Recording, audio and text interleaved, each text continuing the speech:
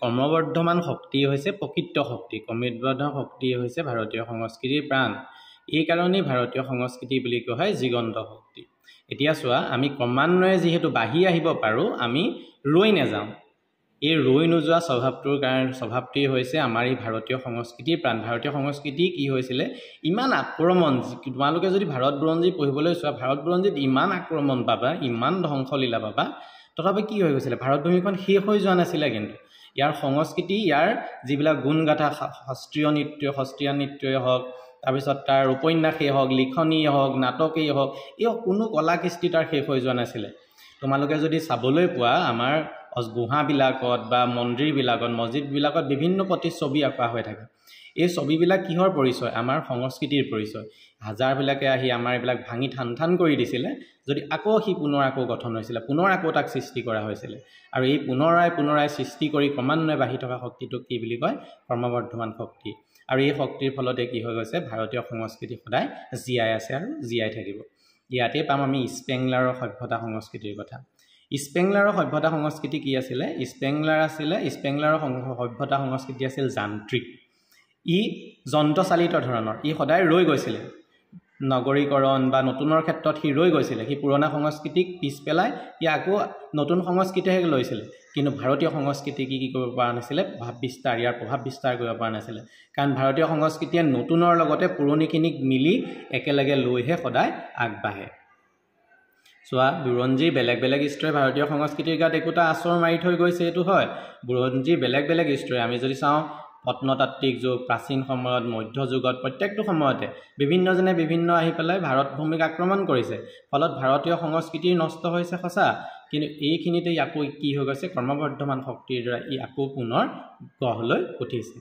এইখিনিতে আমি দুটা বস্তু জানিব লাগিব, সভ্যতা আৰু সংস্কৃতিৰ বিষয়ে। পৰীক্ষাত আহে 2 নম্বৰ দি পেলাই পাৰ্থক্য আহিব পৰীক্ষাত, যে সভ্যতা আৰু সংস্কৃতিনো কি।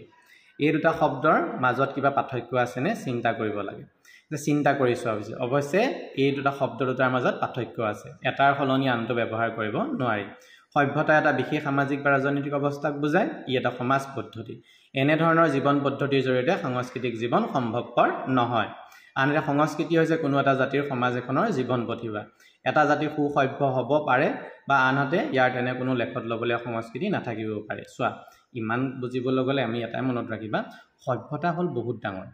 সি কেনেকুৱা, হাজাৰ বছৰ, 500 বছৰ, 600 বছৰ ধৰি থাকে। কিন্তু কি হ'ব পাৰে, তোমালোকে যদি চোৱা মহেঞ্জোদাৰো সভ্যতা, হৰপ্পা সভ্যতা, সিন্ধু উপত্যকাত গঢ় লৈ উঠা এই সভ্যতাসমূহ কি আছিলে, তেওঁলোকত নতুন সামাজিক আছিলে। সদায় সভ্যতাবিলাক কেনেকুৱা, সভ্যতাবিলাক সদায় সামাজিক। ই সদায় আমাৰ কি বুজায়, ৰাজনৈতিক অৱস্থা, সামাজিক অৱস্থাক বুজায়। কিন্তু সংস্কৃতিয়ে কি দিয়ে, আমাৰ এটা জাতিৰ পৰিচয় বহন কৰে। প্ৰকৃততে সংস্কৃতিয়ে কি কৰে, সেই জাতিটো কেনেকুৱা হ'ব, সেই সমাজ পদ্ধতি কেনেকুৱা আছিলে, সেই সমাজ পদ্ধতিয়ে কিমান কি কৰিব পাৰিলে, সকলোবিলাক আমি কিভাৱে জানিব পাৰোঁ, সংস্কৃতিয়ে সেই জাতিটোক, সেই সভ্যতাটোক ক'ব যে ইয়াৰ প্ৰকৃত ৰূপ কি। মনত ৰাখিবা, সভ্যতা এটা অত্যাধিক 500 বা 1000 বছৰো থাকিব পাৰে, কিন্তু তাৰ কোনো উল্লেখযোগ্য সংস্কৃতি নাথাকিব পাৰে। তেওঁলোকে থাকিলে, জীৱন নিৰ্বাহ কৰিলে, পাৰ কৰিলে, কিন্তু তেওঁলোকে কোনো ধৰণৰ নৃত্য গীত হওক, কোনো ধৰণৰ উপন্যাস হওক, কোনো ধৰণৰ গল্প হওক, কোনো ধৰণৰ একো নিলিখিলে। ফলত সংস্কৃতি কি হৈ থাকিলে, সংস্কৃতিৰ কোনো তেনেকুৱা উল্লেখযোগ্য সংস্কৃতিয়ে নাথাকিলে। কিন্তু সংস্কৃতি কি মনত ৰাখিবা, সভ্যতা এটা সংস্কৃতি ভাল হ'বলৈ হ'লে আকৌ সভ্যতাও সুসভ্য হ'ব লাগিব। তুমি মনত ৰাখিবা, এটা জাতি সুসভ্য হ'বনে নাই সেইটো কেৱল সভ্যতাহে নিশ্চয় কৰে। তুমি কেনেকৈ চাবা, আমি এখন সমাজত আছোঁ, আমি কেনেদৰে পৰিচালিত হ'ম, সমাজখনৰ আইন কানুনৰ দ্বাৰা আমি পৰিচালিত হ'ম। সমাজখন ভাল হ'লেহে আমি ভাল হৈ থাকিব পাৰিম। কিন্তু সমাজ ভাল হ'ল বুলিয়ে যদি আমি কোনো ধৰণৰ নৃত্য গীত হওক, কোনো ধৰণৰ কলাকৃষ্টি হওক, চিত্ৰত হওক, আমি কোনোতে যদি আগবঢ়া নহয়, তেনেহ'লে আমাৰ জানো কিবা সংস্কৃতি, উল্লেখযোগ্য সংস্কৃতি থাকিব? নাথাকিব। ঠিক তেনেদৰে সংস্কৃতিয়ে কিন্তু এটা মনত ৰাখিবা, যদি সংস্কৃতি ভাল হয়, আমাক সকলোৱে চিনি পাব, আমাৰ এটা পৰিচয় থাকিব। সেইকাৰণে কি কোৱা হয়, সংস্কৃতি কোনো এটা জাতিৰ বাহক। ইয়াৰ পিছতে আমি চাবলৈ পাম, চোৱা আৰ্যসকল আহিছিলে ভাৰতভূমিলৈ। কেনেকৈ গ্ৰীকসকল আহিছিলে, এই শকসকল আহিছিলে, এইসকল হুণসকল আহিছিলে, এইবিলাক আমাৰ ভাৰতভূমিলৈ আহি আছিলে। আৰু এওঁলোকে কি কৰিছিলে, আমাৰ ভাৰতভূমিক এটা সময়ত আহি পেলাই তেওঁলোকৰ নিজৰ সংস্কৃতি প্ৰদান কৰিছিলে। এই আৰ্যসকল পাৰস্যৰ পৰা তেওঁলোকে আহিছিলে, গ্ৰীকসকলে আহিছিলে, এই শকসকল আহিছিলে, এওঁলোকে আহি পেলাই নিজৰ কলাকৃষ্টি আমাক প্ৰদান কৰিছিলে। তাৰপিছত যদি চোৱা সভ্যতা আৰু সংস্কৃতিৰ মাজৰ পাৰ্থক্য যদি চাওঁ সংস্কৃতিৰ জোখমাখৰ কোনো মানদণ্ড নাই আছে সংস্কৃতিৰ জোখমাখ কৰিব নোৱাৰি আন এটা সভ্যতা কি কৰিব পাৰি জুখিব পৰাকৈ মানদণ্ড আছে এয়া তোমালোকৰ পৰীক্ষা দিয়াৰ পৰা দুটা লিখি থবা ইয়াৰ পৰা যিকোনো দুটা লিখিলে হ'ব সংস্কৃতি ধ্বংস নহয় সভ্যতা ধ্বংস হয় তোমালোকে যদি চোৱা সিন্ধু উপত্যকাৰ কাষত থকা যিবিলাক মহেঞ্জোদাৰো তাৰপিছত হৰপ্পা যিবিলাক কাষত আছিলে সভ্যতা সেইবিলাক সভ্যতা হৈছিলে হয়তো নগৰীকৰণৰ ক্ষেত্ৰত অত্যন্ত প্ৰয়োজনীয় আছিলে কিন্তু সেই সভ্যতাবিলাক ভাঙি চিঙি ঠান হৈ গ'ল এটা সময় কিন্তু তেওঁলোকৰ সময়ত থকা যিবিলাক সংস্কৃতি আছে ইয়া সংস্কৃতি এতিয়াও বিৰাজমান সেইকাৰণে কৈছে সংস্কৃতি ধ্বংস নহয় সভ্যতা ধ্বংস হয় সংস্কৃতি হৈছে মানুহৰ জীৱন ধাৰণৰ পদ্ধতি আনহাতে সভ্যতা হৈছে সংস্কৃতিৰ প্ৰতিফলন সংস্কৃতি আমি কেনেদৰে জীৱন ধাৰণ কৰিছোঁ আমাৰ আচাৰ ব্যৱহাৰ ৰীতি নীতি প্ৰদৰ্শন কৰে আমি আৰম্ভণিতে পাইছোঁ সভ্যতাই কি কৰে সংস্কৃতিৰ এটা প্ৰতিফলনহে কৰে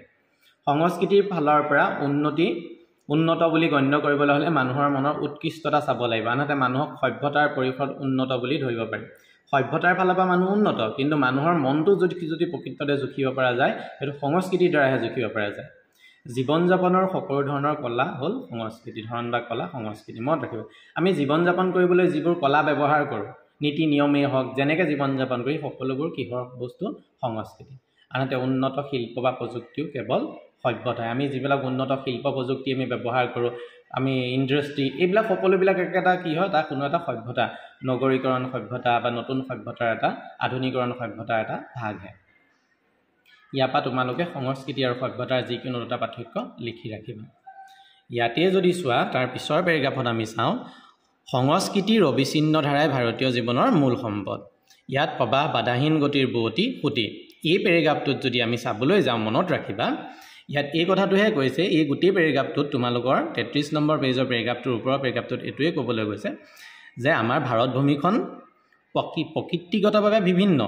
তুমি চোৱা কোনোবা এটা ঠাই ওখ কোনোবা এটা ঠাই চাপৰ কোনোবা এটা ঠাইত মালভূমি কোনোবা এটা ঠাইত আকৌ মৰুভূমি কোনোবা আকৌ জেগা সমতল ভূমি আমি কোনখিনি জেগাত আছোঁ সমতল ভূমি আমাৰ জেগাবোৰ কেনেকুৱা সমান তোমালোকে যদি কাষলৈ চোৱা অলপ আগবাঢ়ি যোৱা তাতে চাবা তোমালোকে ওচৰতে পাবা যে তাত কিছুমান পাহাৰ আছে সেই পাহাৰত থকা মানুহৰ জীৱনশৈলীও বেলেগ যদি তুমি ৰাজস্থানলৈ যোৱা মৰুভূমিত থকা মানুহবিলাকো বেলেগ বৰফত থকা মানুহখিনিও বেলেগ কিন্তু ভাৰত ভূমিখন সকলো ফালৰ পৰা তাত ভাৰত ভূমিত কেনেকুৱা অকল পাহাৰেই নাই সকলোবিলাক আছে এই সকলোবিলাক ভিন্ন ভিন্ন হোৱাৰ পিছতো সেই মানুহখিনিয়ে কি হৈছে একেলগে মিলা প্ৰীতিৰে নিজৰ সংস্কৃতি বাহন কৰিছে যে ইয়াত থকা ধৰি ল'লোঁ আমাৰ সমতল ভূমিত থকা হিন্দু মানুহখিনি আৰু পাহাৰত থকা হিন্দু মানুহখিনিৰ সংস্কৃতি ভিন্ন নহয় তেওঁলোকৰ জীৱন নিৰ্বাহ কৰা পদ্ধতিসমূহ ভিন্ন হ'ব পাৰে কিন্তু তেওঁলোকৰ সংস্কৃতিৰ ক্ষেত্ৰত সদায় মিলা প্ৰীতি আছে আমাৰ ইয়াত থকা ধৰি লওঁ আমি এতিয়া অসমীয়া মানুহখিনি ইয়াত আছোঁ পাহাৰে পৰমে আমি ক'বলৈ গ'লে সকলো জনজাতি গোষ্ঠী অসমত থকা মিলিহে আমি অসমীয়া সকলো ধৰ্ম মিলিয়ে আমি অসমীয়া ইয়াৰ ওচৰতে যদি তোমালোকে চোৱা তিৱাসকলৰ তেওঁলোকে তিৱাচা দিৱস বা তেওঁলোকে বেলেগ দিৱস পালন কৰে তথাপিও তেওঁলোকে যিবিলাক পালন কৰি আহে সেইবিলাক কি সংস্কৃতি অসমীয়া সংস্কৃতি আৰু এই অসমীয়া সংস্কৃতি অন্যান্য তেলেগুসকলৰ হওক কৰ্ণাটকৰ হওক সেই সকলো সংস্কৃতি মিলি কি হৈছে ভাৰতীয় সংস্কৃতি সৃষ্টি হৈছে মনত ৰাখিবা ভাৰত ভূমিলৈ বিভিন্ন সময়ত বিভিন্নসকল আহিছে আহি পেলাই তেওঁলোকে ভাৰত ভূমিত সদায় কি হৈছে নিগাজিগৈ মানে ভালকৈ থাকিবলৈ লৈছিলে থকাৰ ফলত আমাৰ ভাৰত ভূমিত ইমানেই আকৃষ্ট হৈ গ'ল ফলত কি হৈ গ'ল তেওঁলোকে পুৰণা সংস্কৃতিৰ লগত তেওঁলোকে য'ৰ পৰা আহিছিল তাৰ লগত সামঞ্জস্য নাইকিয়া হৈ গ'ল যদি তেওঁলোক মধ্য এছিয়াৰ পৰা আমাৰ ইয়ালৈ আহিছিলে ফলত তেওঁলোকে কি হৈ গ'ল তেওঁলোকৰ আদি যিবিলাক স্থান আছিলে সেইবিলাকৰ লগত তেওঁলোকৰ কি হৈ গ'ল মিলা প্ৰীতিসমূহ লাহে লাহে তেওঁলোকৰ পৰা টুটি আহিবলৈ ল'লে তেওঁলোকে নিজৰ কলা কৃষ্টি কি কৰিলে আমাক প্ৰদান কৰিলে মনত ৰাখিবা আগতে ক'বলৈ গ'লে আফগানিস্তান আমাৰ এটা ভাগহে আছিলে সেই আফগানিস্তান আৰু ভাৰত ভূমিক মিলা প্ৰীতি কৰিবলৈ আৰ্যসকলেই হওক বা গ্ৰীকসকলেই হওক এই গ্ৰীকসকলে যথেষ্ট যত্ন কৰিছিলে কিন্তু তেওঁলোকে চেষ্টাত কি হৈছিলে বিফল হৈছিলে কিয়নো সেই তাৰ পৰা অহা মানুহসকলে কি হৈছিল আমাৰ ইয়াত নিগাজিকে থাকি আমাৰ সংস্কৃতিটো গ্ৰহণ কৰি ল'লে ভাৰতীয় সংস্কৃতি তেওঁলোকে নিজেও সংস্কৃতিক প্ৰদান কৰিলে আৰু আমাৰ ইয়াত থকা পুৰণি সংস্কৃতিৰ লগত তেওঁলোকে মিলি গ'ল ফলত তেওঁলোকৰ যিটো অতীজৰ সংস্কৃতি আছিলে সেই অতীজৰ সংস্কৃতি আৰু তেওঁলোকৰ মাজত খাপ নোখোৱা হৈ গ'ল সেইকাৰণে ফলত কি হৈ গ'ল তেওঁলোকে আগৰ জেগাৰ লগত তেওঁলোকে কি হৈ গ'ল আগৰ জেগাত নিগাজিকৈ থাকিব নোৱাৰা হ'ল আৰু তেওঁলোকে তাৰ লগত সম্বন্ধবোৰ লাহে কমি আহিলে এতিয়া যদি চোৱা আমাৰ ভাৰত ভূমিলৈ যদি তোমালোকে চোৱা মধ্য এছিয়াৰ পৰা আৰম্ভ কৰি দক্ষিণ পূব এছিয়ালৈ স্পষ্ট কৰি আমাৰ ইয়াত হিন্দু ৰাষ্ট্ৰবোৰেই হওক বা অন্য ঠাইৰ পৰা অহা বহু ৰাষ্ট্ৰ আছে তেওঁলোকে কি কৰিছিলে জলপথ বা স্থলপথ দুইটা দিশৰ পৰা পানীৰেই হওক বা ৰাস্তাৰে হওক আমাৰ ভাৰতভূমিলৈ আহিছিলে যিকোনো উদ্দেশ্যৰে নিজৰ খাদ্য পূৰণৰ কাৰণেই হওক ব্যৱসায় বাণিজ্যৰ কাৰণেই হ'লেও আহিছিলে ফলত কি হৈ গৈছিলে আমাৰ এই সংস্কৃতি আৰু আমাৰ এই বৈচিত্ৰতা প্ৰাকৃতিক যিবিলাক বৈচিত্ৰতা যে দেখিবলৈ বেলেগ তোমালোকে কাষতে চাবা এখন তোমালোকৰ ওচৰতে আকাশী গংগাৰ ফালে যদি যোৱা ডিফু ফালে যোৱা তাত তোমালোকে কি দেখা পাবা ফালে পাহাৰ পাবা সেই মানুহখিনিৰ লগত আমাৰ অকণমান ভিন্নতা আছে তথাপিও আমাৰ কি আছে সংস্কৃতিগতভাৱে আমি সদায় মিলা প্ৰীতি আছোঁ আমি সদায় চবেই সকলোৱে বিহু পালন কৰিবলৈ যত্ন কৰোঁ অন্য ধৰ্মৰ লোকে অন্য ধৰ্ম পালন কৰিবলৈ যত্ন কৰে আমাৰ মাজত কি আছে মিলা প্ৰীতি আছে আৰু এই মিলনৰ এই যিটো সেইটোৱে কি গঢ়িছে ভাৰতীয় সংস্কৃতি গঢ়ি তুলিছে এইটো চোৱা তোমালোকৰ পৰীক্ষাত আহিব সাম্যক দৃষ্টিৰে চালে দেখা যায় যে ভাৰতৰ বুৰঞ্জী হৈছে ৰাজ্যৰ উত্থান পতন ভঙা গঢ়াৰ সবিশেষ বুৰঞ্জী ইটোৰ পাছত সিটো গোষ্ঠীৰ আক্ৰমণ অভিযান ইটো পৰিয়ালৰ পাছত সিটো পৰিয়ালৰ শাসনভাৰ গ্ৰহণ ইত্যাদি ঘটনাৰে ভাৰতীয় বুৰঞ্জী ভাৰাক্ৰান্ত এতিয়া চোৱা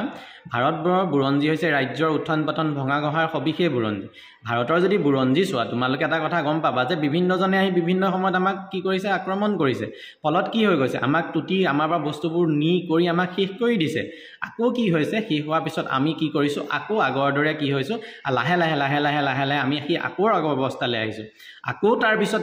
এবাৰ দুবাৰেই আক্ৰমণ নহয় শবাৰ আকৌ আহিছে আকৌ শাসনভাৰ কৰিছে আমাক বেলেগ ধৰণৰ শিক্ষা দিছে আমাক শেষ কৰিছে আমাক ধ্বংস কৰিব যত্ন কৰিছে আকৌ আমি কি হৈছোঁ লাহে লাহে আকৌ আমি সেই আগৰ অৱস্থালৈ গুচি আহিছোঁ তথাপি আমি কি হৈ গৈছোঁ আমি ৰৈ যোৱা নাই আমি ক্ৰমবৰ্ধমানভাৱে আমি বোৱতী নদীৰ যেনেকৈ পানী বৈ গৈ থাকে তেনেদৰে আমি লাহে পানীৰ সেই সূত্ৰৰে আমি লাহে আগবাঢ়ি গৈ আছোঁ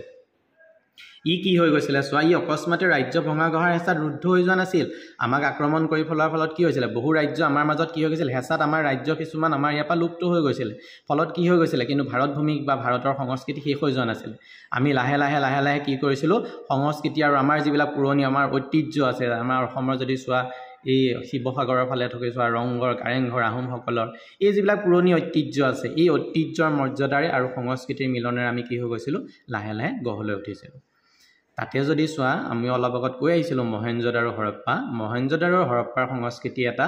আৰ্য পূৰ্ব যুগৰ কথা কয় মানে আৰ্যসকল অহাৰ আগতে আমাৰ ইয়াত কি আছিল মহেঞ্জোদাৰো হৰপ্পা সংস্কৃতি আছিল সিন্ধু নদীৰ পাৰত গঢ় লৈ উঠিছিল এই মহেঞ্জোদাৰো সভ্যতাটো কেনেকুৱা আছিলে তাত কি আছিলে সকলোবিলাক নগৰীকৰণ এতিয়া আমি যিবিলাক ৰাস্তা ঘাট দেখিছা পানী যে আমাৰ নলা নৰ্দমা দি যায় সেইবোৰ আজিৰ পৰা শ হাজাৰ বছৰ আগতেই আছিলে সেইবিলাক সভ্যতা আৰু এই কি হৈছিলে চোৱা এই সংস্কৃতি কালৰ গৰাহত নষ্ট হৈ গৈছিল আমাৰ যিবিলাক এই সভ্যতা আছিলে সংস্কৃতি আছিল কি হৈ গৈছিল কালৰ গৰাহত মানে কি হৈ গৈছিল লাহে ইহঁতে প্ৰাকৃতিকতে হওক বানপানীৰ ফালৰ পৰাই হওক বা যিকোনো কাৰণতে হওক এইবিলাক কি হৈ গৈছিলে ৰজা মহাৰাজাৰ আক্ৰমণৰ ফলতে ই কি হৈ গৈছিলে নষ্ট হৈ গৈছিল সঁচা কথা ই শুকাই চিনচাপ নোহোৱা অৱস্থাও হৈ গৈছিলে লাহে এইটো চোৱা এইটো মহেঞ্জোদাৰো এইটো হৰপ্পা ইয়াত চোৱাচোন নগৰৰ নিচিনা কি ধুনীয়া পৰিৱেশ সেই তেতিয়াই কৰি ৰাখিছিলে চোৱা তেতিয়াই সেই নগৰৰ পৰিৱেশ কৰি ৰাখিছিলে আৰু হৰপ্পা চোৱা লাহে ভাঙি কেনেকুৱা হৈ গৈছিল এটা সভ্যতা ইমান ডাঙৰ সভ্যতা চোৱা কালৰ গৰাহত ভাঙি পেলাই কি হৈ গ'ল এইবিলাক শেষ হৈ গৈছিল তথাপি কি হৈ গৈছিলে কি হৈ গৈছিলে মহেঞ্জোদাৰো সংস্কৃতিক আমি এইবোৰ ভাঙি শেষ হৈ গৈছিল সঁচা কিন্তু আমি ইহঁতক কি কৰিব পাৰোঁ আমাৰ যে সভ্যতা সংস্কৃতি আছিল আমি ইয়াক কি কৰিব নোৱাৰোঁ নাই কৰিব নোৱাৰোঁ ইয়াৰ ওপৰত ভিত্তি কৰিহে পাছৰ যুগৰ আৰ্যসকলে নতুন সংস্কৃতি জীৱন গঢ়ি তুলিছিল চোৱা আৰ্যৰ পূৰ্ব মানে আৰ্যসকল অহাৰ আগতে মহেঞ্জোদাৰো হৰপ্পা সংস্কৃতি আছিল কিন্তু এওঁলোকৰ মাজত যিবিলাক সংস্কৃতি আছিলে যিবিলাক সংস্কৃতি হয় সভ্যতা শেষ হৈ গৈছিল সঁচা কিন্তু সংস্কৃতিৰ মৃত্যু হোৱা নাছিল আৰু সেইবোৰ চাই কি হৈ গৈছিলে তাৰ পিছত অহা আৰ্যসকলে এইবোৰক চাই অনুকৰণ কৰি তেওঁলোকে সংস্কৃতি গঢ়ি দি তুলিছিলে এই কাষত যদি চোৱা তাত তোমালোকে ভালকৈ চাবলৈ পাবা এয়া তোমালোকে যদি ভালকৈ চোৱা তাত পাবা ইয়াত আছে এয়া হ'ল পশুপতি মানে শিৱ পূজা সেই মহেঞ্জোদাৰোত আজিৰ পৰা শ হাজাৰ বছৰ পূৰ্বতে হৈছিলে এয়া চোৱা ইয়াৰ ৰাজপুতসকলৰ চিত্ৰকলাৰ বিষয়েও ইয়াত আছে যে কি হৈছিলে তোমালোকে চোৱা শিৱ আৰু শক্তি পূজাৰ মূল বিচাৰি প্ৰত্নতাত্ত্বিক পণ্ডিতসকলে ইয়াৰ কাষ চাপিছিল আৰু ইয়াতেই তেওঁলোকৰ মূল আৱিষ্কাৰ কৰিছিল যে শিৱ মানে হ'ল শিৱ আৰু শক্তি মানে হ'ল পাৰ্বতী এওঁলোকৰ পূজা কেতিয়া কৰা হৈছিলে সেই মহেঞ্জোদাৰোৰ সময়তে মহেঞ্জোদাৰোতেই কি হৈছিলে শিৱ শক্তিৰ আজিৰ পৰা হাজাৰ বছৰ আগতে ইয়াৰ কি কৈছিলে সভ্যতা সংস্কৃতিত কি হৈছিলে শিৱ বা পাৰ্বতীৰ পূজা কৰা হৈছিল সেইকাৰণে যদি চাওঁ শিৱ শক্তিৰ পূজাৰ মূল ক'ত আৱিষ্কাৰ হৈছিল মহেঞ্জোদাৰোতে আৰু তোমালোকে যদি চোৱা ভাৰতীয় সংস্কৃতিৰ মৰ্মস্থলী সংগঠিত আৰু টনকিয়াল ভিতৰ আছিল বাহিৰৰ পৰা অভিযানসকল ইয়াৰ আগতে প্ৰায় ব্যৰ্থ হৈছিল বাহিৰৰ পৰা অহা কমেইহে ভাৰতীয় সংস্কৃতিৰ সৰ্বসাক্ষী প্ৰভাৱৰ পৰা হাত সাৰিব পাৰিছিল এটা যদি চোৱা ভাৰতীয় সংস্কৃতি কেনেকুৱা ধৰণৰ আছিল ইমানেই সুন্দৰ আছিল যে বহুতে ইয়াত আক্ৰমণ কৰিবলৈ আহিছিল সঁচা কিন্তু ইয়াৰ যিটো মনোমোহা ৰূপ তাত পৰা হাত সাৰি যাব পৰা নাছিল যেনেকৈ কোন আহিছিল ৰাজপুতসকল আহিছিল ৰাজপুতসকল আমাৰ ভাৰতৰ বৰ পুৰণি আদিবাসী নহয় তেওঁলোক ইয়াৰেই নহয় যে অতি আৰ্যসকলৰ আগৰ বা বহুতে ইয়াতে আদিমভাৱে বসবাস কৰিছিল আদিম জনগোষ্ঠী নহয় তেওঁলোক আমাৰ ইয়াত বহুতবাৰ আক্ৰমণৰ উদ্দেশ্যেহে আহিছিল কিন্তু এটা কথা মনত ৰাখিবা তেওঁলোক আমাৰ সংস্কৃতিৰ মাজত ইমানেই সোমাই পৰিছিল যে তেওঁলোকৰ হাততে কি হৈ গৈছিল চিত্ৰশিল্পই বৰ ধুনীয়া স্থান পাইছিল চিত্ৰ তেওঁলোকৰ স্থলতে কি হৈ গৈছিল তেওঁলোকৰ আক্ৰমণ তেওঁলোকৰ দিনতে আমাৰ সংস্কৃতিয়ে বৰ সুন্দৰভাৱে গঢ় লৈ উঠিছিল তাৰ চিন হিচাপে চাবলৈ চোৱা এইবোৰ চিত্ৰ বিবাহৰ ক্ষেত্ৰতে হওক বা অন্য চিত্ৰ এইবিলাক ক'ত অঁকা হৈ আছে শিলাখণ্ডত অঁকা হৈ আছে বিভিন্ন পাতত তাম্ৰপাতত অঁকা হৈ আছে এইবোৰ চিত্ৰ চোৱা ৰাজপুতসকলে আমাৰ ভাৰতীয় এই চিত্ৰকলায়ো সংস্কৃতিত আগবঢ়াই লোৱাত যথেষ্ট সহায় কৰে এয়া চোৱা ৰাজপুতসকলৰ কলাকৃষ্টিও আমাৰ ভাৰতীয় সংস্কৃতিক যথেষ্ট অৱদান আগবঢ়াইছে তাৰপিছত যদি চোৱা আৰ্যৰ বেদত তোমালোকে যদি চোৱা দেৱী পূজাৰ কোনো উল্লেখ নাই এই আৰ্যসকলে প্ৰথমে কি কৰিছিলে দেৱী পূজা কৰা হোৱা নাছিলে শক্তিৰ প্ৰতিকৃতিৰো ক'তো উমান পোৱা নাযায় মনত ৰাখিবা আৰ্যসকলে কিন্তু দেৱী পূজা কৰা হোৱা নাছিলে সেই অনুপাতে বিষ্ণু আৰু শিৱৰ উল্লেখো বৰ কমেই পোৱা যায় আৰ্যসকলে দেৱ দেৱীৰ পূজা নকৰে তেতিয়া নাছিলে বৰ্তমান হিন্দু ধৰ্মত প্ৰচলিত লিংগ পূজাও মানে শিৱ পূজাও অনাৰ্য যুগৰহে বস্তু মনত ৰাখিবা আৰ্যসকলে কি কৰা হোৱা নাছিলে আৰ্যসকলে দেৱ দেৱীৰ পূজা কৰা নাছিলে আমাৰ হিন্দু ধৰ্মত প্ৰচলিত লিংগ বা শিৱ পূজা কোনো আছিলে অনাৰ্য যুগৰ অৱদান আছিল সেইষাৰ কথাও কোনো পণ্ডিতে কয় হিন্দুৰ শ্ৰাদ্ধ বৃদ্ধি অনাৰ্য যুগৰ অৱদান এই হিন্দু ধৰ্মত যে হিন্দুসকলে মানুহ মৃতকত বা মৃত হ'লে যে 11-12 দিন পূজা বা ধৰ্মক এই শ্ৰাদ্ধ কৰে এইবোৰ ক'ত আছিলে অনাৰ্য যুগৰহে অৱদান আৰ্যসকলৰ অৱদান নহয় অনাৰ্য সমাজত আজিও মৃতকৰ উপাসনা চলে আৰু অনাৰ্য সমাজে কি কৰে আজিও মানুহ মৃত্যু হ'লে কি কৰে তাৰ এই শ্ৰাদ্ধ বৃদ্ধি কৰে মৰিশালিত আমি হিন্দুসকলৰ কি হয় মৰিশালিত মৰাৰ পিছত কি কৰা হয় প্ৰায় 10 দিনলৈকে আমি তেওঁলোকক কি দিব লাগে খাদ্য বনাই দিব লাগে আৰু এইবোৰ কেতিয়াৰ পৰা আছিলে অনাৰ্য যুগৰ পৰাই আছিলে আৰ্য আৰু অনাৰ্য সমন্বয়ে ক্ৰমবৰ্ধমান গতি পদ্ধতিৰ জৰিয়তে সম্ভৱ হৈছিল এটা কথা মনত ৰাখিবা আৰ্যসকলে অনাৰ্যসকলৰ ওপৰত কি কৰিছিলে শাসনভাৰহে কৰিছিলে অনাৰ্যসকলক শাসন কৰিছিলে তেওঁলোক যুদ্ধত অনাৰ্যসকল হাৰিছিলে কিন্তু সিহঁতৰ মাজত যিটো মিলা প্ৰীতি হৈছিল লাহে লাহে লৈ কি হৈছিলে তেওঁলোকৰ মাজত মিলি গৈছিলে ইয়াৰে উদাহৰণ হিচাপে চোৱা শিৱক দক্ষ যজ্ঞত অৱহেলা কৰিছিল শিৱ দক্ষ যজ্ঞলৈ কিয় গৈছিলে পাৰ্বতীৰ কাৰণে গৈছিলে আৰু শিৱক কি কৰাইছিলে শিৱক আৰ্যসকলে মানে কি কৰিছিল অৱহেলা কৰিছিলে কিয়নো দক্ষ আছিলে আৰ্যসকলৰ শিৱ অনাৰ্য দেৱতা পাৰ্বতী আছিল আৰ্য সমাজৰ জীয়াৰী এতিয়া গম পালানে পাৰ্বতী হৈ গ'ল আৰ্য সমাজৰ আৰু শিৱ আছিলে অনাৰ্যসকলৰ আৰু আৰ্যসকলে আজিও যেনেকৈ বহু ধৰ্মই নিজৰ ধৰ্ম বাদ দি অন্য ধৰ্ম গ্ৰহণ কৰিবলৈ টান পায় ঠিক তেনেদৰে ইয়াত কি পাইছিলোঁ কোন আছিলে শিৱ আছিলে অনাৰ্য দেৱতা পাৰ্বতী আৰ্য সমাজৰ জীয়ৰী সেইকাৰণে আৰ্য সমাজত কেতিয়াও অনাৰ্য শিৱক গ্ৰহণ কৰা নাছিলে গতিকে তেওঁৰ প্ৰতি এই নিষ্ঠুৰ অৱহেলা কৰিছিলে সেইকাৰণে তেওঁক কি কৈছিলে দক্ষ যজ্ঞলৈ তেওঁক নিমন্ত্ৰণেই জনোৱা হোৱা নাছিলে কি কাৰণে কাৰণ শিৱ এজন অনাৰ্য দেৱতা আৰু পাৰ্বতী আৰ্য জীয়াৰী আৰু লাহে লাহে শিৱ আৰ্যৰ বেদীত ঠাই পালে আৰু শেষত কি হৈ গৈছিলে যেনেকৈ দক্ষ শিৱৰ এটা ৰূপে কাল ভৈৰৱে গৈ পেলাই এটা শিৱৰ ডিঙিটো কাটি দিছে দক্ষ ৰজাৰ ডিঙিটো কাটি দিছিলে আৰু লাহে কি হৈ গৈছিলে এই আৰ্য আৰু অনাৰ্যসকলৰ মাজত ইমান মিলাপ্ৰীতি হৈ গৈছিলে যি শিৱক আৰ্যসকলে মানা নাছিলে সেই শিৱই আৰ্যৰ বেদীত কি পাইছিলে ঠাই পাইছিলে মানে চোৱা কোনোবা এটা ৰজা ভাৰতভূমিত আক্ৰমণ কৰাৰ পিছত তেওঁলোকেও কি কৰিছিলে পৰাজিতসকলৰ লগত মিলিজুলি তেওঁলোকৰ সংস্কৃতি বহন কৰিছিলে এনেদৰে ভাৰতীয় সংস্কৃতিয়ে কি হৈছিলে লাহে চোৱা অনাৰ্য সংস্কৃতি আৰ্য সংস্কৃতিৰ বুকুত ঠাই পাইছিলে এনেদৰে ঠাই পাইছিলে এইটো কথা মনত ৰাখিবা তাৰপিছত যদি আমি চাওঁ এইখিনিৰ পিছত ইয়াৰ বিশেষ প্ৰয়োজনীয় বুলি আমি যদি চাওঁ এই বুৰঞ্জীয়ে এইখিনিত চোৱা এই পেৰাগ্ৰাফটোত চোৱা 35ত কি কৈছে বুৰঞ্জীয়ে কয় গ্ৰীকসকলৰ হাতত মাইকান জাতি মানে স্পাৰ্টানসকলৰ হাতত মাইকান জাতি পৰাস্ত হৈছিলে এইটো সঁচা কিন্তু কি হৈছিলে মাইকান জাতি পৰাস্ত হৈছিল যদিও মাইকান জাতিৰ বহুবিলাক কিছু সংস্কৃতি গ্ৰীকসকলে অনুকৰণ কৰিবলৈ লৈছিলে এক কথাত ক'বলৈ গ'লে ৰাজ্যৰ জয় হৈছিল সঁচা কথা সেই বুলি আত্মাৰ জয় হোৱা নাছিলে মানে কি হৈছিলে মাইকন জাতিক পৰাস্ত কৰিব পাৰিছিল হয় কিন্তু মাইকন জাতিৰ যিবিলাক কলা কৃষ্টি সেইবোৰ ধ্বংস কৰিব পৰা হোৱা নাছিল সংস্কৃতি কি হৈছিল সদায় জীয়াই আছিলে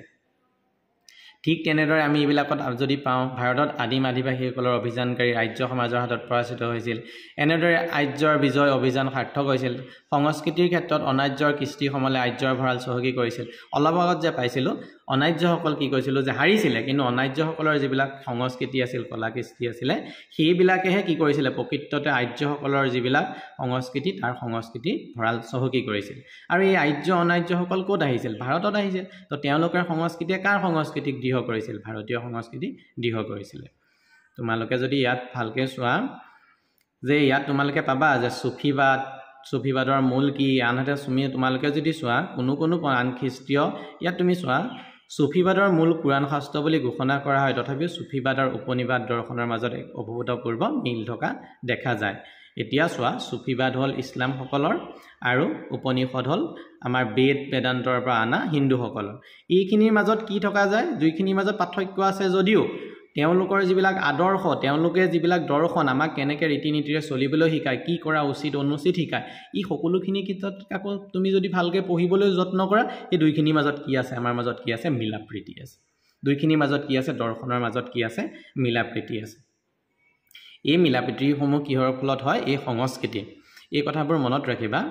আমাৰ কিহত আছে ভাস্কৰ্য সুকুমাৰ কলা শিল্প এই সকলোতে ভাৰতীয় জীৱনৰ প্ৰাণস্বৰূপ সমন্বয় ইংগিত পাওঁ উত্তৰ ভাৰতৰ এইটোবিলাক আমি ইংগিত পাওঁ কি হৈছিলে মনত ৰাখিবা ধৰ্ম ভিন্ন যদিও এই সকলোবিলাকৰ মাজত আমি কি দেখিবলৈ পাইছিলোঁ তেতিয়া মিলা প্ৰীতি দেখিবলৈ পাইছিলোঁ একদম চোৱা আমি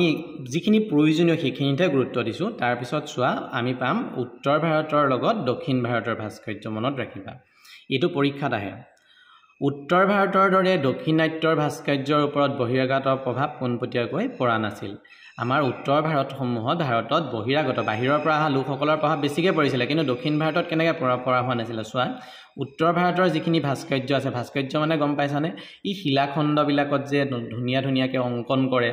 তাৰপিছত কি হৈছিলে তাজমহল লালকিল্লা এইবিলাকত চাবা ইছলামসকলৰ অৱদান আছে এইবিলাক ইছলামসকলে কি কৰিছিলে ইছলামসকলৰ লগত মিলি পেলাইহে এইবিলাকৰ অৱদানত কি হৈছিলে এইবিলাকে এটা নতুন ৰূপ লৈছিলে কিন্তু দাক্ষিণাত্যৰ যিবিলাক ভাস্কৰ্য আছে জগন্নাথ মন্দিৰ হওক অন্য মন্দিৰ হওক অজন্তাৰ গুহা এইবিলাকত কৰা কি হৈছিলে ইছলামসকলৰ প্ৰভাৱ পৰা হোৱা নাছিলে বা বাহিৰৰ পৰা অহা লোকৰ প্ৰভাৱ পৰা নাছিলে তেওঁলোকৰ অহা কলা কৃষ্টি বা তেওঁলোকৰ গুহাত যিবিলাক চিত্ৰ অংকন কৰা আছিলে সেইবিলাক উত্তৰ ভাৰতৰ দৰে নিমিলে কি বুলি পাম চোৱা দাক্ষিণাত্য ভাস্কৰ্যৰ ওপৰত বাহিৰাগতৰ প্ৰভাৱ পোনপটীয়াকৈ পৰা নাছিলে গতিকে ইয়াত কি আছিলে চোৱা ইয়াৰ এটা নিজস্ব বিচাৰ পদ্ধতি দেখিবলৈ পোৱা যায় ই ভাৰতীয় সংস্কৃতিৰ বৈচিত্ৰ্যক ৰঙীন কৰি তুলিছে দক্ষিণাত্যৰ ভাস্কৰ্যত কোণ আৰু সৰল ৰেখাৰ প্ৰাদুৰ্ভাৱ সৰহ গঠনতৰ বিশালতাই হৈছে ইয়াৰ আন এটা বৈশিষ্ট্য এতিয়া চোৱা বা আমি যদি চাওঁ দক্ষিণাত্যৰ যিবিলাক ভাস্কৰ্য আছে যিবিলাক শিলাচিত্ৰ বা শিলখণ্ডত অঁকা আছে চিত্ৰবোৰ সেইবিলাকত কেনেকুৱা আছে চোৱা কোণ এইবিলাক কোণীয়া আৰু একদম কেনেকুৱা সৰল ৰেখাৰ নিচিনা চিধা চিধি সৰল ৰেখাৰ প্ৰাদুৰ্ভাৱ আছে তাত কি আছে গঠনৰ বিশালতা ইহঁত সৰু সৰু নহয় চিত্ৰবোৰ অকণি বিশাল বিশাল বহুত ডাঙৰ ডাঙৰ মূৰ্তি তেনেকৈ অঁকা হৈ আছে তাত গঠনত এটা কি আছে মনত ৰাখিবা দাক্ষিণাত্যৰ চিত্ৰসমূহত কি আছে ভাস্কৰ্যত কোণীয়া আৰু সৰল ৰেখা আমি একেবাৰে মনত ৰাখি লোৱা কেনেকুৱা কোণীয়া আৰু সৰল ৰেখা প্ৰাদুৰ্ভাৱ বেছি আৰু এইবিলাকত কি আছে গঠনৰ বিশালতা আছে ইয়াত এটা চিত্ৰৰ মাজতে অন্য এটা চিত্ৰই তাত 5-6টা উদ্দেশ্য বুজায় 5-6টা কথা বুজায় ইয়াত প্ৰত্যেকটো ভংগীমাই যদি ডিঙিটো বেকা কৰি চোৱা তাত বেলেগ ধৰণে চোৱা তাত এটা বেলেগ এটা ভাঁজ পাবা এটা এনেকৈ যদি চোৱা তলফালৰ পৰা চোৱা বেলেগ এটা পাবা তো প্ৰত্যেকটো ভংগীমাই বেলেগ বেলেগৰ কথা বুজায় আৰু ইয়াৰ যিটো আৰ্হি বনোৱা গৈছে তাক পুনৰাবৃত্তি কৰিব নোৱাৰি তাক আকৌ বেলেগ ধৰণে কৈ পেলাই আকৌ এটা নতুন ৰূপত সৃষ্টি কৰিব নোৱাৰি উদাহৰণস্বৰূপে তুমি যদি চোৱা কাঞ্জীভাৰম মন্দিৰলৈ আঙুলিয়াব পাৰি এই মন্দিৰটোত অন্তত 1000টা স্তম্ভ আছে আৰু ইয়াৰ এটা স্তম্ভ আহি আনটোৰ লগত নিমিলে দেখিলানে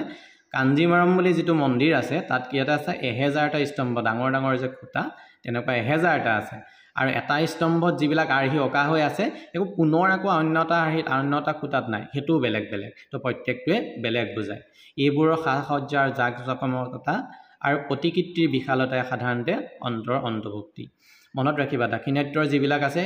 ভাস্কৰ্য আছে এইবিলাক কেনেকুৱা ডাঙৰ বিশাল আৰু এইবিলাক সাজসজ্জা আৰু জাক জমকতা আছে বিভিন্ন ধৰণৰ তাত সৰলতা নাই কিন্তু গঠনৰ সৰলতাতকৈ তেওঁলোকৰ কেনেকুৱা আছে গঠনৰ বিশালতা আছে আৰু ইয়াত কোণ আৰু সৰল ৰেখাৰ প্ৰাদুৰ্ভাৱে বেছি দাক্ষিণাত্যৰ ভাস্কৰ্য কেনেকুৱা সাজসজ্জা আৰু জাকজমকতা বেছি কিন্তু উত্তৰ ভাৰতৰ সমূহ কেনেকুৱা তোমালোকে লালকিল্লা যদি তাজমহল চোৱা আমাৰ আহোমসকলৰ ইয়াতো যেতিয়া ইছলামসকলৰ অৱদান কম হিচাপে আছে কি আছে চোৱা উত্তৰ ভাৰতীয় ভাস্কৰ্যত বৃত্ত আৰু বক্ৰৰেখাৰ প্ৰাদুৰ্ভাৱ সৰহ উত্তৰ ভাৰতৰ যদি তুমি ভাস্কৰ্যবিলাক চাবা তাত চাবা গোল গোল নিচিনা ওপৰত এটা কলহৰ নিচিনাকৈ গোল গোল বৃত্তৰেখা আৰু বেকাকে তাক বেকাকে অকণমান তাজমহলৰ নিচিনা ওপৰত চাবাচোন বেকাকে বনোৱা হৈছে এই অঞ্চলৰ মন্দিৰবোৰত ইছলামীয় ভাস্কৰ্য ভালেখিনি প্ৰভাৱ পৰা দেখা যায় মানে কি হৈছিলে উত্তৰ ভাৰতীয় যিবিলাক ভাস্কৰ্য আছিলে তাত কি এনেকুৱা বৃত্ত গোল গোল আৰু তাত বেকা আৰু দক্ষিণাত্যবোৰ কেনেকুৱা কুনিয়া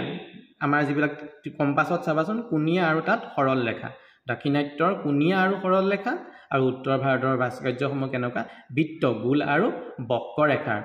ইয়াত কাৰ প্ৰভাৱ পৰিছিলে ইছলামসকলৰ প্ৰভাৱ পৰিছিলে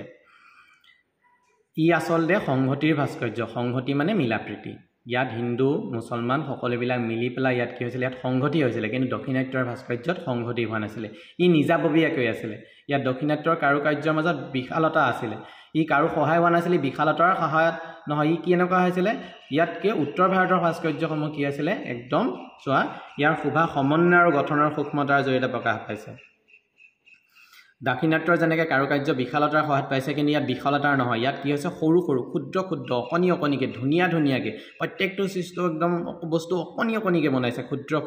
আৰু প্ৰত্যেকটো বস্তুৰ মাজত কি আছে গঠনত সৰলতা আছে সূক্ষ্মতা আছে আৰু এইবিলাকে কি কৈছে বেছি সকলোতকৈ কি কৈছে শোভা ধুনীয়াকৈ বেছিকৈ বহাইছে আহিব যে উত্তৰ ভাৰতীয় ভাস্কৰ্যত ইছলামসকলৰ অৱদান কেনেকুৱা আমি লিখিম উত্তৰ ভাৰতীয় ভাস্কৰ্যত কেনেকুৱা বৃত্ত আৰু বক্ৰৰেখা তাত দক্ষিণাত্যৰ দৰে বিশালতা নাই এই ভাস্কৰ্যসমূহ ইছলামসকল অহাৰ ফলত কি হৈছিলে চোৱা গঠনৰ সৰলতাৰ সূক্ষ্মতাই হৈছে ইছলামীয় ভাস্কৰ্যৰো মূল সম্পদ গঠনত সৰলতা থাকিব লাগিব যেতিয়া সৃষ্টি কৰিব তাত কেনেকুৱা সৰল হ'ব লাগিব ইছলামসকলৰ কলাকৃষ্টি হাতৰ পৰশত কি হৈছিলে সেইবোৰ সৰল হৈ গৈছিলে আৰু সূক্ষ্ম সৰু হৈছিলে ৰেখাৰ লগত ৰেখাৰ কি হৈছিলে বক্ৰৰেখাৰ লগত ৰেখাৰ সমন্বয় আহিছিলে ইয়াতকৈ অনাৱশ্যকীয় আৰু একো নাথাকে দুইটাৰ লগত কি আছিলে মিল আছিলে জ্যামিতিৰ ছবিবোৰৰ দৰে এইবোৰ কি আছিলে সৰল আচলতে উত্তৰ ভাৰতীয় ভাস্কৰ্য সমন্বয় বস্তু কেনেকৈ আছিলে মিলাপ্ৰীতিৰে ইয়াত কোনো প্ৰকাৰে সম্পূৰ্ণৰূপে ইছলামীয় বুলিবও নোৱাৰি ইয়াৰ হিন্দু আৰু মুছলমান মিলিজুলিহে হৈছিলে মনত ৰাখিব হিন্দু ভাস্কৰ্যই ইছলামীয় পদ্ধতিৰ জটিলতা হ্ৰাস কৰিছে এতিয়া চোৱা ইছলামীয় পদ্ধতিৰ যিটো জটিলতা অকণমান হ'লেও তাত কি আছিলে অকণমান জটিল আছিল যদিও হিন্দু ভাস্কৰ্যৰ লগত মিলি পেলাই কি হৈছিল সেই জটিলতাটো নাইকিয়া হৈ পেলাই কি হৈ গ'ল গঠনত কি আহি গ'ল সৰলতা আহি গ'ল ইছলামীয় চোৱা ইয়াত আমি যদি তাৰ পিছৰ পেজটোত চাওঁ এইটো ইয়াত আমি দুটা বস্তু থাকি যাব আমি আগত পাইছিলোঁ চুফিবাদ এই চুফিবাদনো কি ইছলামৰ আধ্যাত্মিক তথা ধ্যানমূলক অনুশীলনৰ এক ধাৰা য'ত আমি ইছলামসকলে কি কৰিব পাৰোঁ চুফিবাদত কি কৰিব পাৰোঁ চোৱা আমাৰ যিবিলাক ইছলামসকলৰ যিবিলাক ভাবা আদৰ্শ আছে ঈশ্বৰৰ প্ৰতি ভক্তি আছে এইবোৰ ক'ৰ পৰা প্ৰকাশ পায় চুফিবাদৰ মতে প্ৰকাশ পায় এক ধৰ্মীয় পদ্ধতি যিয়ে বাহ্যিক ৰূপতকৈ আধ্যাত্মিক বাহিৰতকৈ কি কৰে আমাৰ মনৰ মাজত থকা জ্ঞানসমূহৰ জৰিয়তে ঈশ্বৰক বিচাৰে বা আল্লাহক বিচাৰে পদ্ধতি দিয়ে এইটো হ'ল চুফিবাদ আৰু উপনিষদ কি আমি সদায় জানিব লাগিব তোমালোকে যদি চোৱা উপনিষদসমূহ হিন্দু ধৰ্মৰ প্ৰধান শাস্ত্ৰ বেদৰ শেষাংশ বুলিব পাৰি যে আমাৰ হিন্দু ধৰ্মৰ 4খন বেদ আছে সেই বেদসমূহৰ ভিতৰত কি বুলি কোৱা হয় ইয়াক কি শেষৰ অংশ বুলি কোৱা হয় আৰু ইয়াক কি বুলি কয় আৰণ্যক বুলিও ক'ব পাৰি হিন্দু ধৰ্মৰ আৰু এই উপনিষদসমূহক কি বুলি কৈছে বেদৰ শেষ ভাগ হোৱা বা উপনিষদ অৰ্থাৎ বেদৰ অন্ত বুলিও জনা যায় ইয়াত আমাৰ কি হয় হিন্দু ধৰ্মৰ ভাৱ আদৰ্শসমূহ প্ৰকাশ পায় এইখিনি চোৱা এই স্পাৰ্টান যিখিনি মূৰত টুপি পিন্ধি আছে এইখিনি গ্ৰীকসকলৰ লগত এই মাৰ্কিয়ান জাতি কেনেকৈ হাৰিছিলে আৰু এই বৌদ্ধ সময়ত সেইখিনি সময়ত বৌদ্ধ ধৰ্মৰ বিস্তাৰ যুগ আছিলে সেইখিনি সময়ত বৌদ্ধ ধৰ্ম কেনেকৈ পঢ়াইছিলে তাৰ এটা তোমালোকে প্ৰভাৱ দেখিবলৈ এটা চাপ এটা দিবলৈ তোমালোকক যত্ন কৰিছোঁ চোৱা এইটো চোৱা উত্তৰ ভাৰতৰ সমূহ কেনেকুৱা তোমালোকে চোৱা ইয়া গোল হয়নে উত্তৰ ভাৰতৰ ভাস্কৰ্য চোৱা ওপৰত ইয়া গোল হয়নে অকণমান ই ছাইডটো বেকা আৰু দাক্ষিণাত্যত চোৱা গঠনৰ কিমান চোৱা বিশালতা চোৱা ইয়াত মূৰ্তিবোৰ কিমান ডাঙৰ ইয়াত জাক জমক সৰু কেনেকৈ বনাইছে দেখিছা নাই এটা শিলাখণ্ড কেনেকৈ বনাইছে ইয়াত চাউথ ভাৰত আৰু ইয়াত কেনেকুৱা আছে সহজ সৰল উত্তৰ ভাৰতৰ ভাস্কৰ্যসমূহত গঠনত কি আছে সৰলতা আৰু সূক্ষ্মতা আছে এইবোৰ সহজ সৰল আৰু এইবোৰ কেনেকুৱা আছে গঠনত বিশালতা আছে দাক্ষিণাত্যৰ ভাস্কৰ্যসমূহত বিশালতা আছে ইয়াৰ অকণ জটিল বিধৰ আমি পাইছিলোঁ কি উত্তৰ ভাৰতৰ ভাস্কৰ্যক কাৰুকাৰ্য প্ৰদান ইছলামীয় ভাস্কৰ্য কি কৰিছিলে আমাৰ উত্তৰ ভাৰতৰ যিবিলাক ভাস্কৰ্য আছিল তাক কি কৰিছিলে কাৰুকাৰ্য প্ৰদান কৰিছিলে তাৰপিছত যদি তোমালোকে ইয়াৰ মাজতে বহুততে পাবা যে হিন্দু ভাস্কৰ্যৰ কলা নিদৰ্শন কেতবোৰ ইছলামীয় অনুষ্ঠানতো ব্যৱহাৰ হোৱা উদাহৰণ আছে আনকি হিন্দু ভাস্কৰ্যৰ কলহ আৰু পদুম ফুল মুছলমান বাদশাহসকলৰ সমাধিস্থলত ব্যৱহৃত হোৱাৰ প্ৰমাণ আছে আমি যিবিলাক কলহ আৰু পদুম ফুল ব্যৱহাৰ কৰোঁ আমাৰ হিন্দু আৰু মুছলমানসকলৰ যে ইছলামসকলৰ মিলা প্ৰীতিৰ ফলত কি হৈছিলে শেষত কি হৈছিলে যিবিলাক বাদশাহ মৰিছিলে বা তেওঁলোক ঢুকাইছিলে তেওঁলোকৰ সেই সমাধিস্থানত কি কৰা হৈছিলে এই পদুম ফুল বা কলহৰ ব্যৱহাৰ কৰাও বহু বুৰঞ্জীৰ ক্ষেত্ৰত কি পোৱা যায় দেখা পোৱা যায় আৰু সাংস্কৃতিক ক্ষেত্ৰত দুইটা সম্বন্ধৰ মাজত কি আছিলে মন উদাৰ আছিলে এই উদাৰতাই সুকুমাৰ কলাৰ ক্ষেত্ৰত নতুন নিদৰ্শনৰ জন্ম দিছিলে সুকুমাৰ কলা মানে পাঁচবিধ কলা এই কলাসমূহৰ মাজত কি হৈছিলে নতুন নিদৰ্শন দিছিলে মনত ৰাখিবা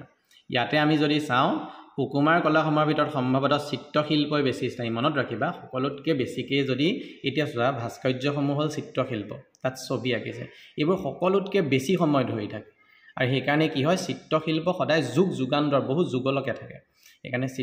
সুকুমাৰ কলাৰ ভিতৰত চিত্ৰশিল্পই কি সকলোতকৈ বেছি স্থায়ী কিটছে গেছিয়ানাৰায়ণ কবিতাত ইয়াৰ জনকাৰ গান মনত ৰাখিবা গেছিয়ানাৰায়ণ কবিতাটো কোনে লিখিছে কিটছে এই কিটছে এই গেছিয়ানাৰায়ণ কবিতাটোত চিত্ৰশিল্পই যে স্থায়ী আৰু চিত্ৰশিল্পৰ প্ৰভাৱৰ বিষয়ে ধুনীয়াকৈ লিখিছে চিত্ৰকলা যদিও বিশ্বজনীন চিত্ৰকলা যদি সৰ্বব্যাপী গোটেই বিশ্বৰ ভিতৰতে বিয়পি আছে তথাপি প্ৰত্যেকটো চিত্ৰকলাৰ প্ৰত্যেক দেশৰ চিত্ৰকলাই বেলেগ বুজায় চীনা চিত্ৰকলাত তোমালোকে চাবা ড্ৰেগনসমূহ বেছিকৈ লৈ দেখিবলৈ পাবা এইবিলাক চালে আমি গম পাম যে কাক বুজাইছে ই চীনা চিত্ৰ এই চিত্ৰসমূহ চালে আমি গম পাম ই চীনা চিত্ৰকলা ভাৰতীয় সংস্কৃতিৰ যদি আমি চাওঁ অজন্তাৰ ছবিবোৰ যদি চাওঁ অজন্তাৰ গুহাবোৰ যদি চাওঁ তেতিয়া গম পাম যে ই কাৰ কথা কৈছে অজন্তাৰ গুহাবোৰ দক্ষিণাত্যৰ কথা যদি আমি দক্ষিণাত্যৰ মন্দিৰবোৰ মছজিদ চাওঁ এইবোৰ আমি দূৰৰ পৰা চালেই গম পাই যাম যে এইবোৰ কাৰুকাৰ্য ডাঙৰ আৰু এইবিলাক ভগৱানৰ মহিমাৰ কথা আছে এইবিলাক কাৰ কথা গম পাইছে ভাৰতীয় সংস্কৃতিৰ কথা কৈছে ঠিক তেনেকৈ মেক্সিকোৰ চিত্ৰশিল্পই মেক্সিকোৰ কথা কয় প্ৰত্যেকটো দেশৰ চিত্ৰকলা ভিন্নৰ প্ৰত্যেকটো দেশৰ চিত্ৰকলাই নিজৰ নিজৰ সময়ৰ বা নিজৰ নিজৰ স্থানৰ কথা কয়